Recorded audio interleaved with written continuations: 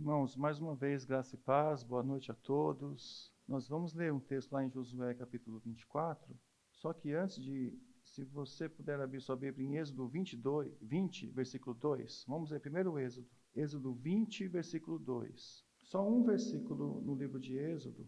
Eu estou lendo aqui na atualizada, revista atualizada, a ARA, só para combinar com a projeção. Isso. Diz assim: Eu sou o Senhor, o teu Deus, que te tirei da terra do Egito, da casa da servidão. Então, eu quero grifar essa palavra casa aqui e vou ler novamente. Eu sou o Senhor, teu Deus, que te tirei da terra do Egito, da casa da servidão.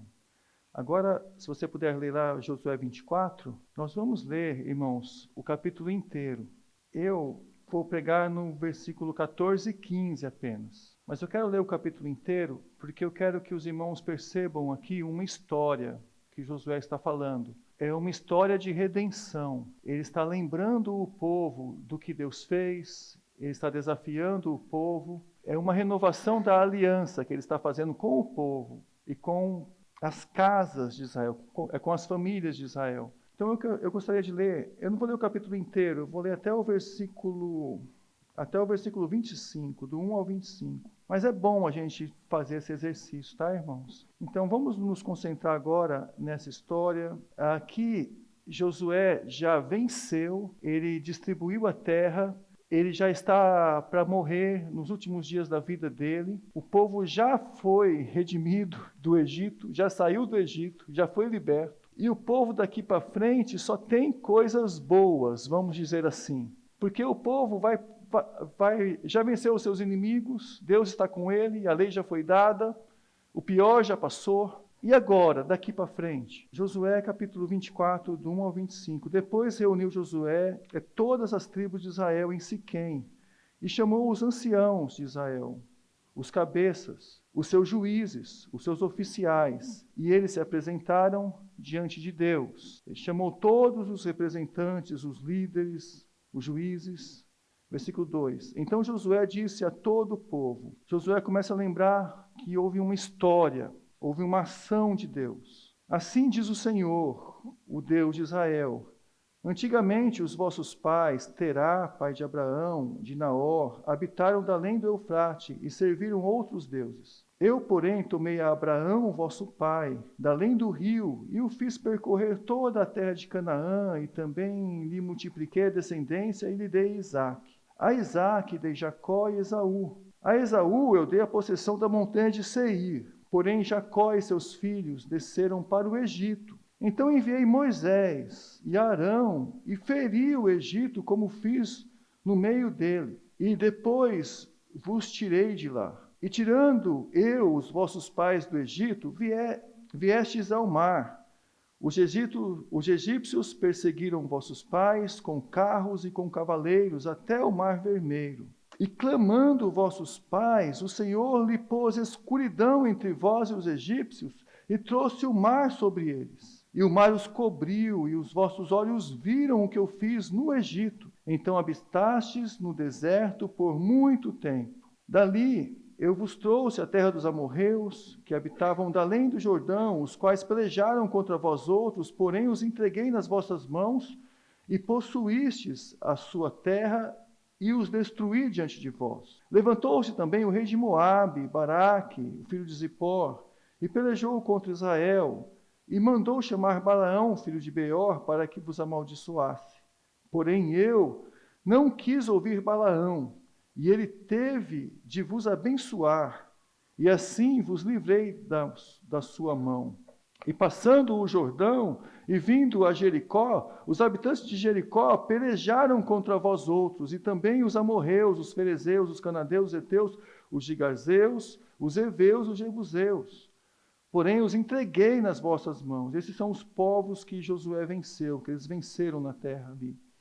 Enviei vespões adiante de vós, que vos expulsaram da vossa presença, bem como os 2 reis dos amorreus. E isso não com a tua espada, nem com o seu arco. Deus livrou eles. Dei-vos a terra em que não trabalhastes, e cidades que não edificastes, e habitais nelas.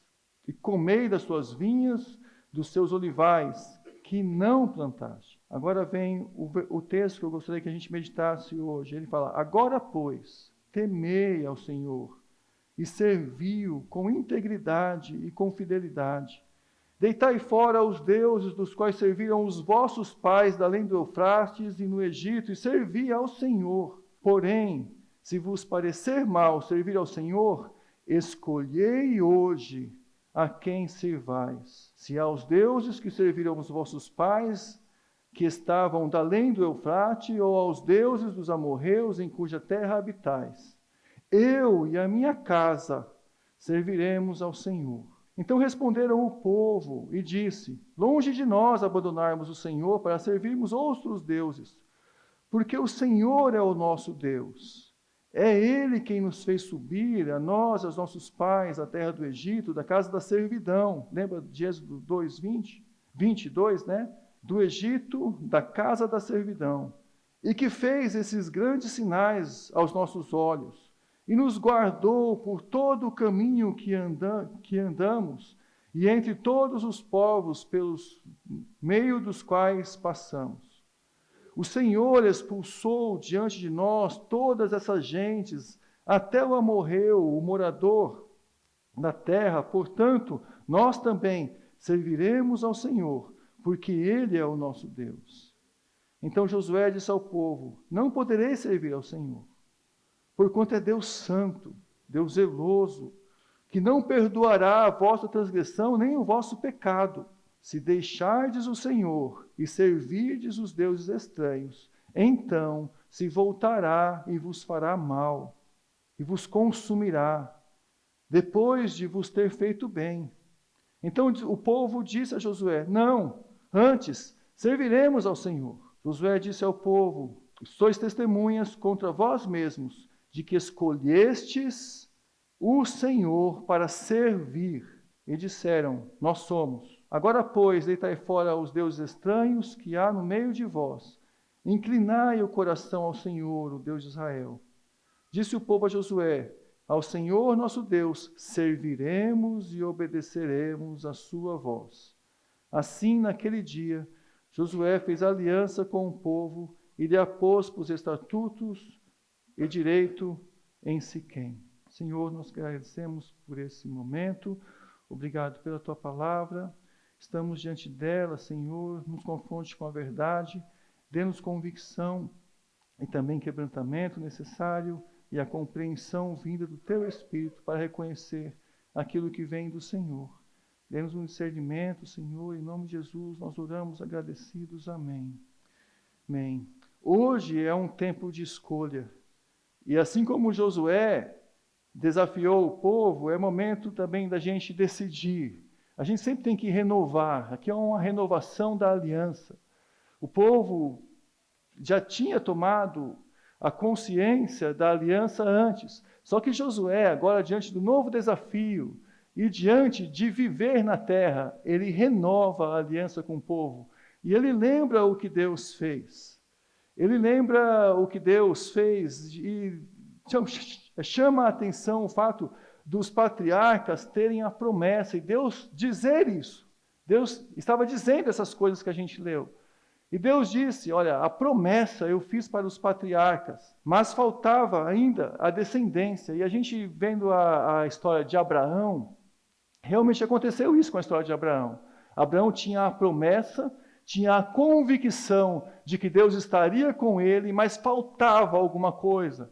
Para Abraão faltava a terra e faltava a descendência. Abraão só foi ter filho no final praticamente da vida dele. Ele teve Ismael, só que ele já estava um pouco assim, mas ainda não era o filho da promessa. Filho da promessa mesmo, como quem, sabendo que Deus estava ali cumprindo aquilo que Deus havia prometido, foi Isaac. E quando se tornou então um povo, Abraão teve Isaac, depois a gente leu ali Ismael, Isaac, depois a gente deu Jacó, Esaú, né? Os filhos de Isaac.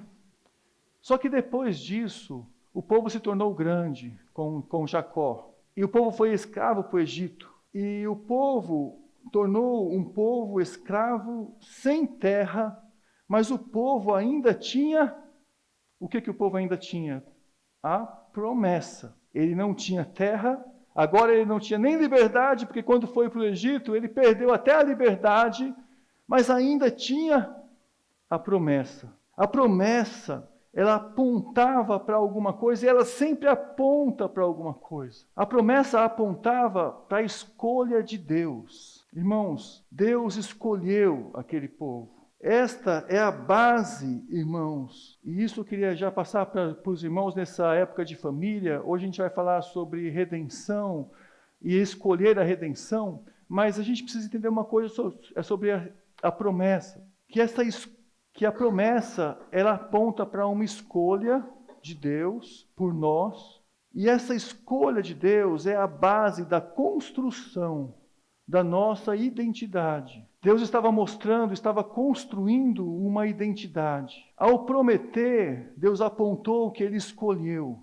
Ao escolher e prometer, Ele apontou que Ele estava construindo ali todo um processo de redenção. Era um processo de redenção que Deus estava apontando.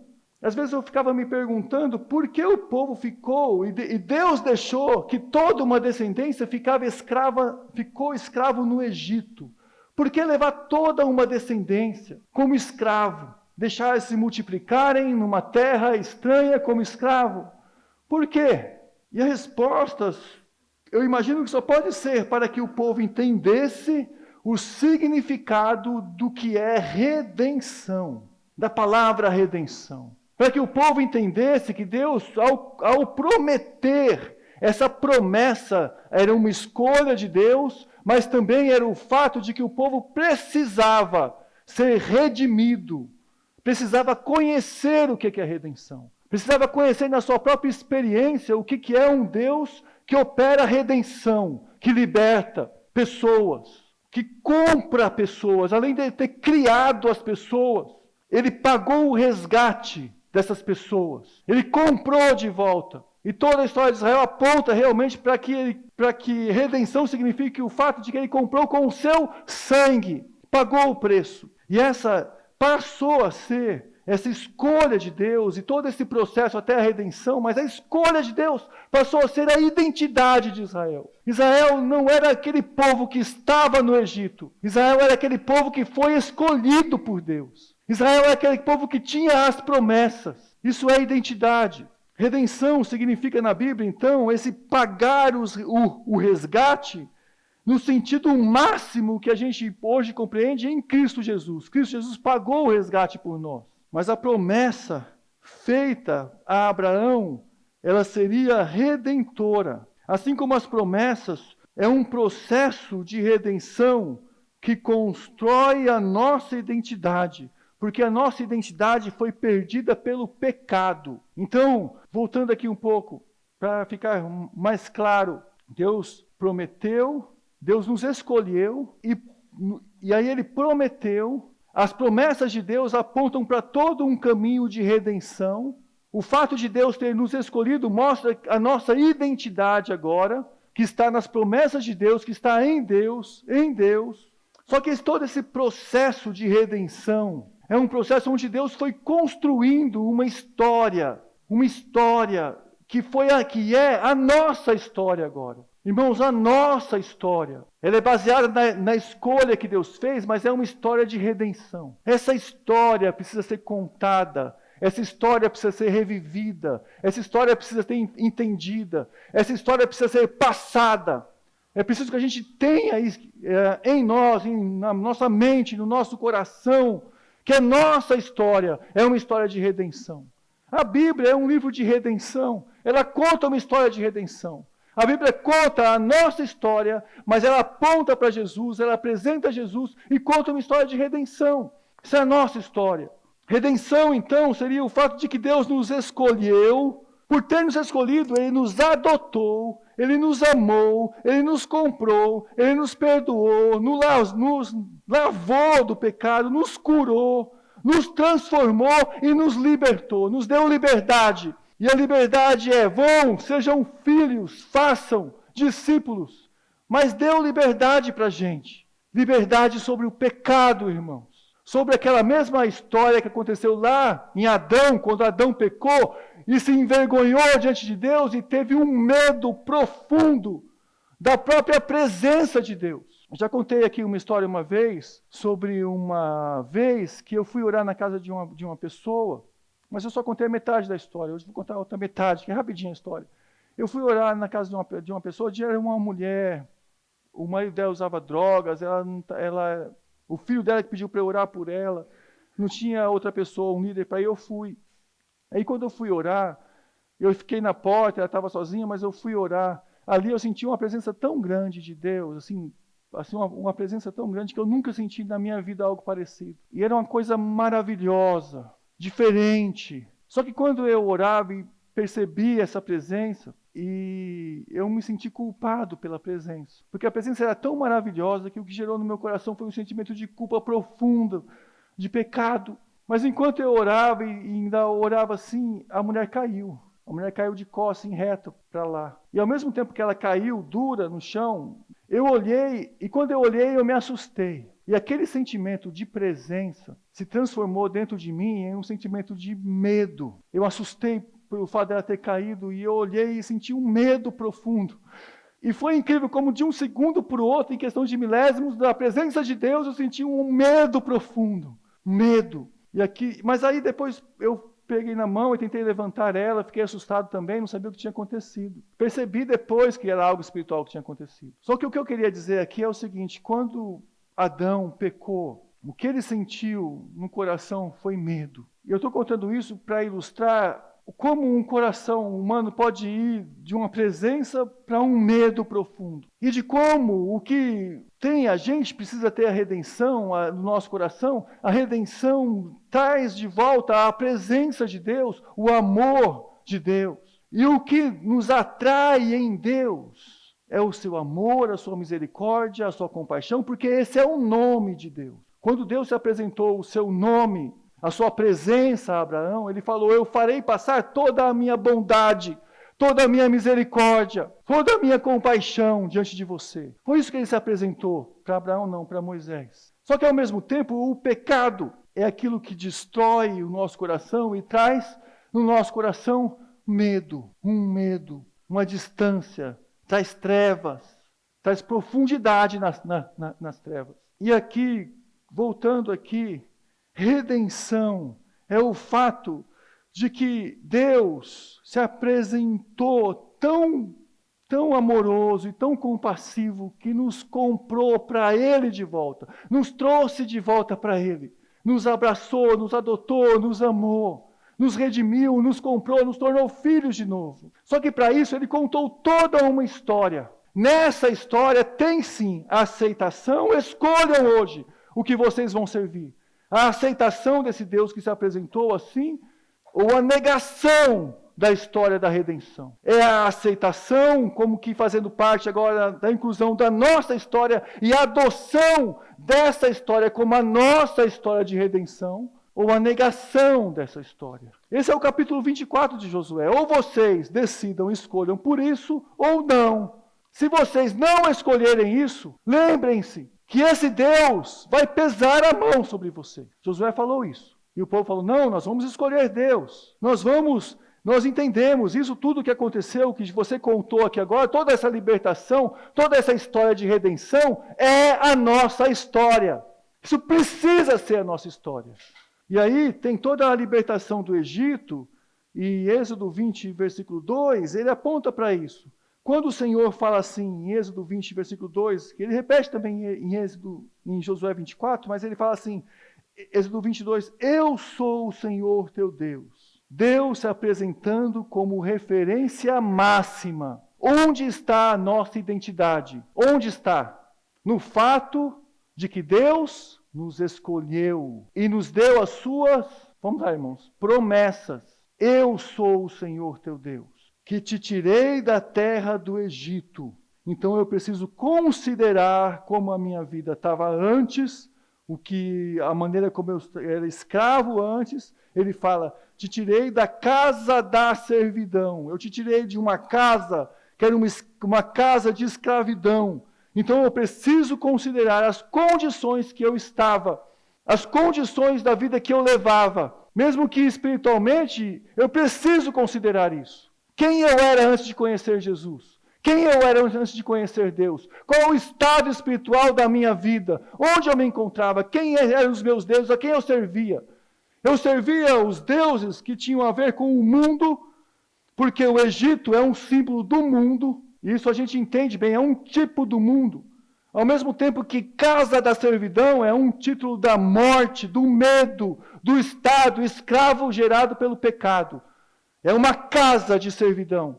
E foi de lá que Deus nos tirou. Então, Deus nos tirou do mundo e da casa da servidão. Agora, o que seria hoje, irmãos? Os deuses desse mundo e a situação dessa casa de servidão. Também lendo o texto de Josué, o versículo 2, por exemplo, de Josué, quando ele fala que tirou Abraão lá depois do Eufrates, dos deuses lá do Eufrates, Deus tirou Abraão de lá. Também, nos versículos seguintes, ele vai falar da casa dos pais ali, aqueles deuses que tinham. Também existem deuses que aculturaram as nossas famílias antigas. Existe uma casa de servidão, porque existia não apenas escravidão, mas existia uma cultura dos nossos próprios pais, não sei se vocês tinham pais assim, que adoravam deuses estranhos. Então, adoram deuses que são deuses estranhos. Que não são deuses, são idólatras. Isso aculturou o nosso coração de servir esse tipo de Deus. Mas Deus nos libertou lá. Então, voltando à pergunta,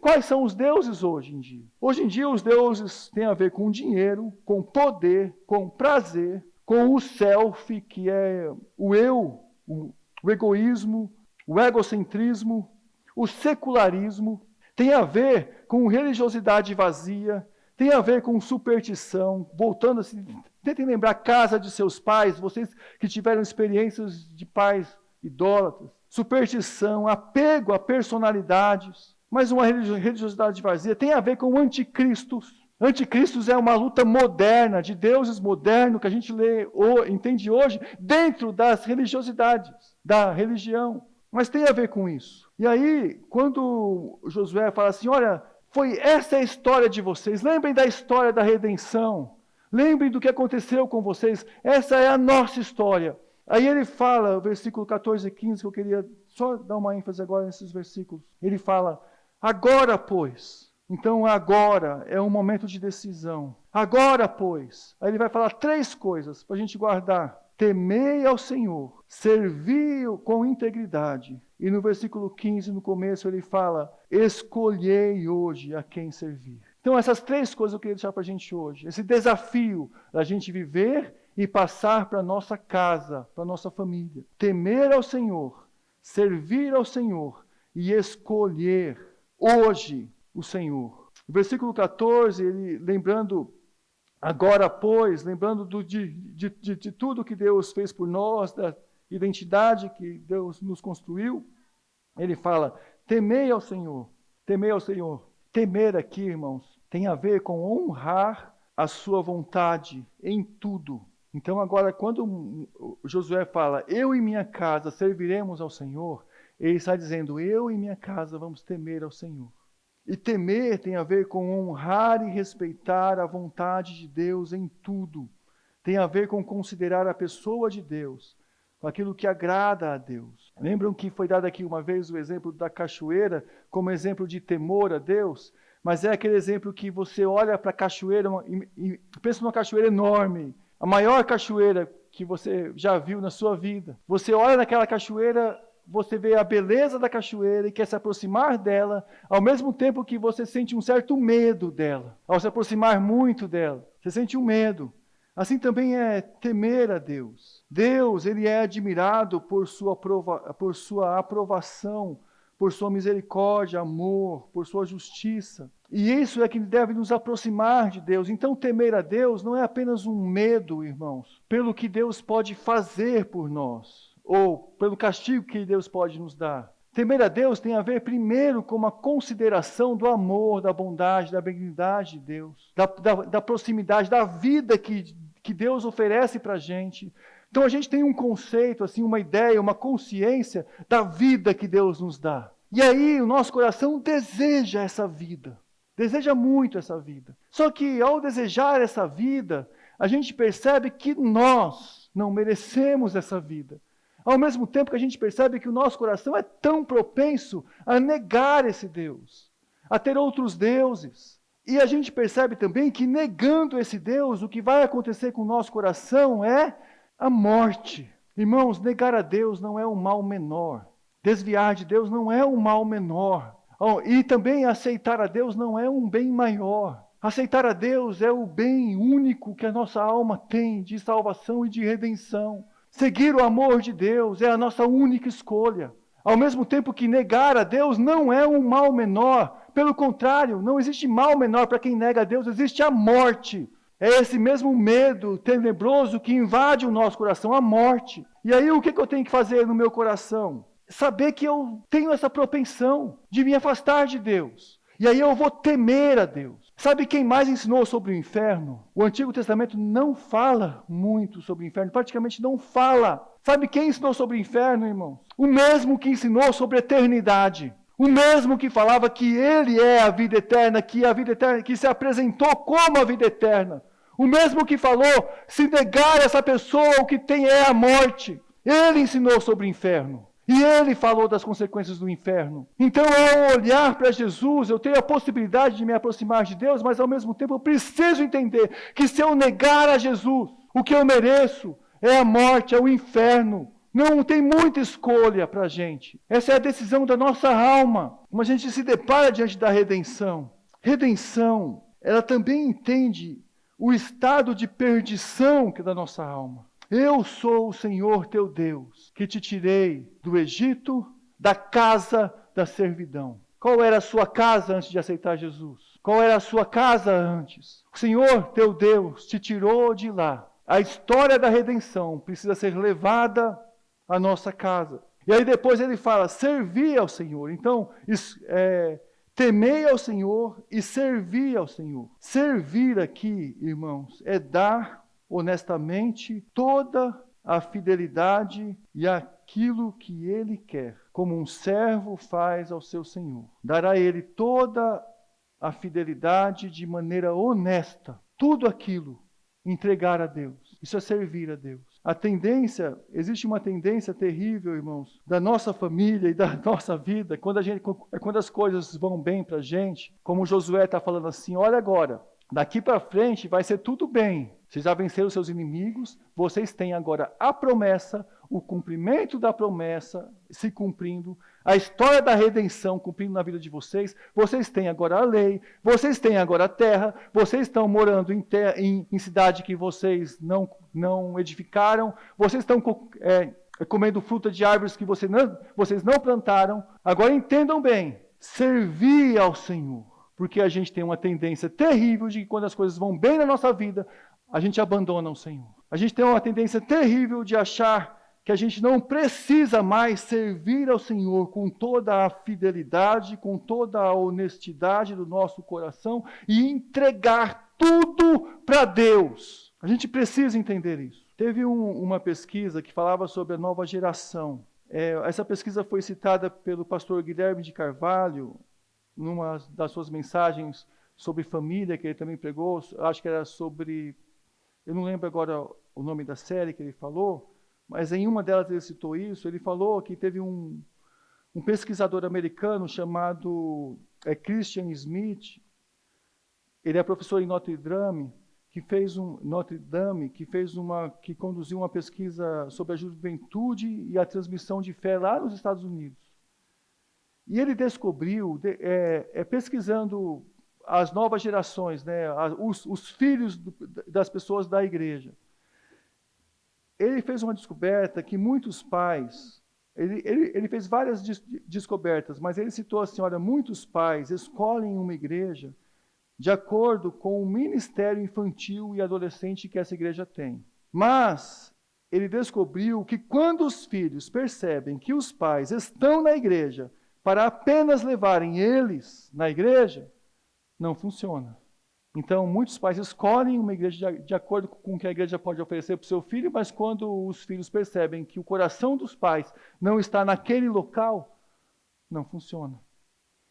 Geralmente, os filhos aderem à igreja quando essa igreja é a igreja dos pais.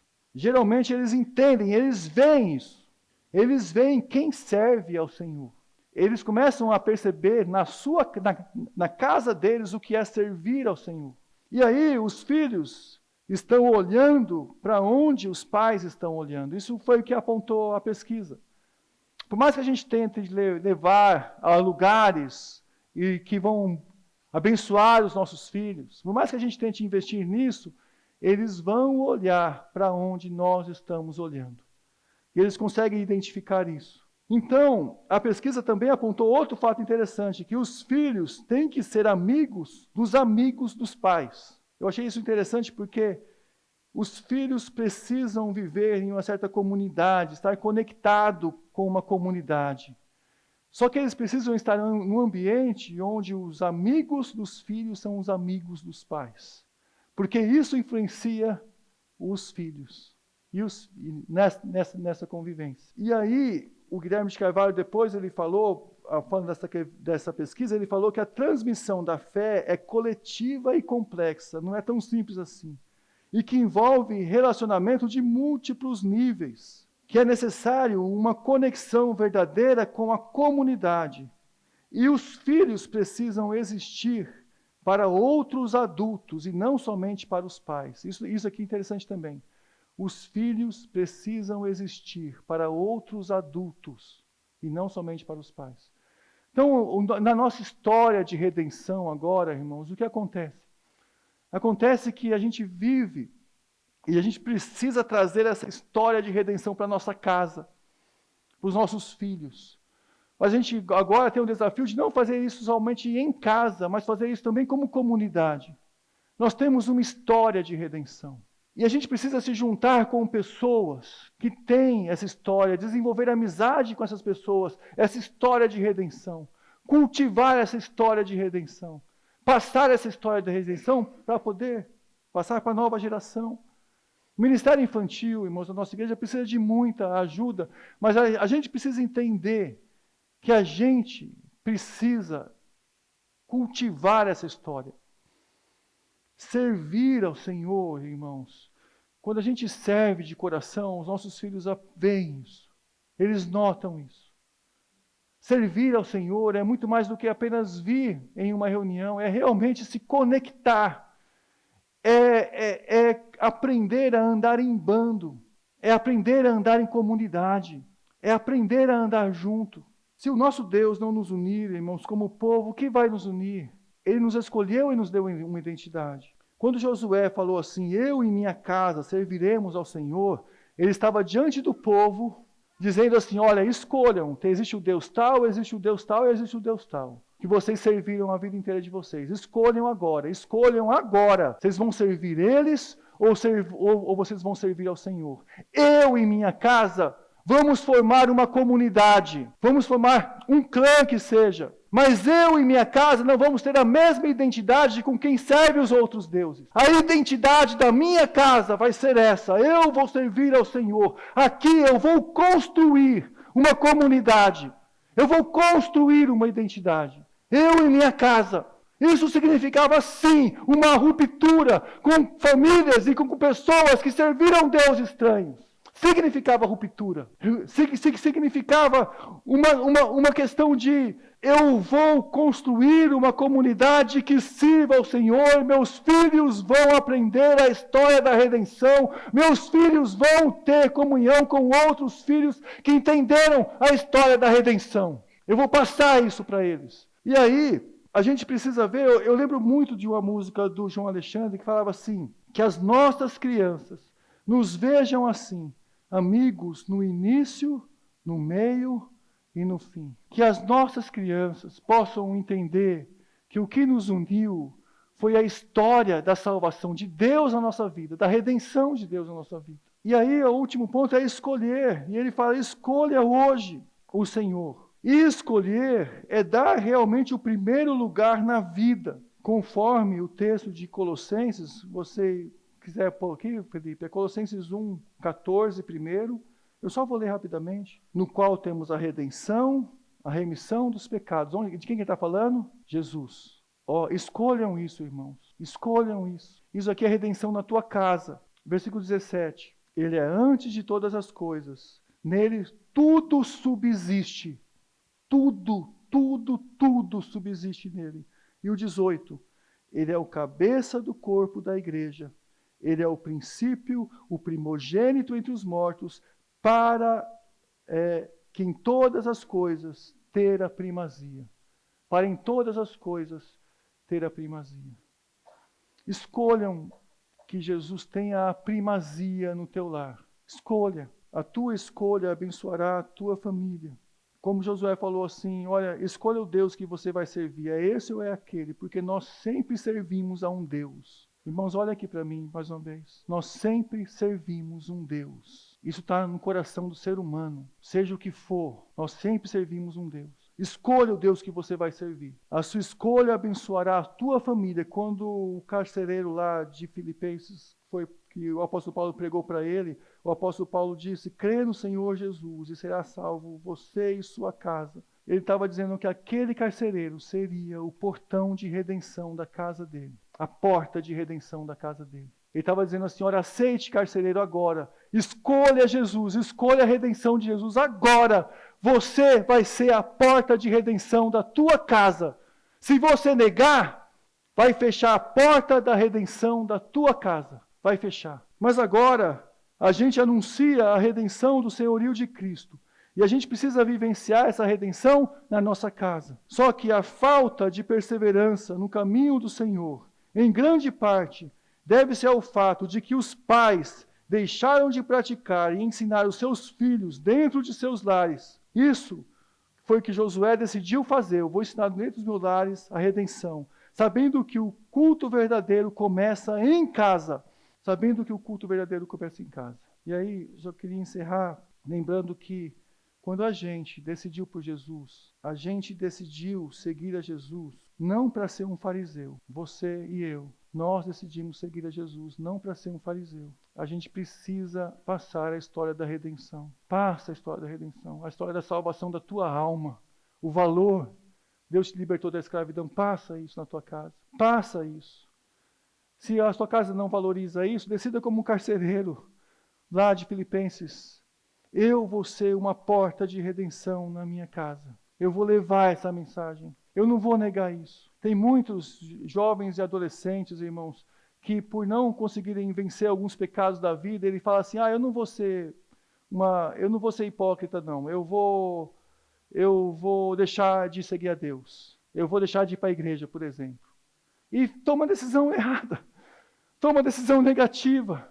A história da redenção nos dá a esperança da decisão positiva. Então, hoje, você, na sua casa, mesmo que você não está conseguindo viver o Evangelho lá, decida viver o Evangelho lá. Decida ser na sua casa um portal de história da redenção. Diga, eu e minha casa serviremos ao Senhor. Sendo que você vai dizer, eu e minha casa, você está assumindo a responsabilidade de ser um servo redimido dentro da tua casa. É uma responsabilidade assumida. E aí você assume. E Davi, quando eu li um texto lá, o texto da história de Ziclag, quando ele viu que ele não tinha possibilidade, estava angustiado.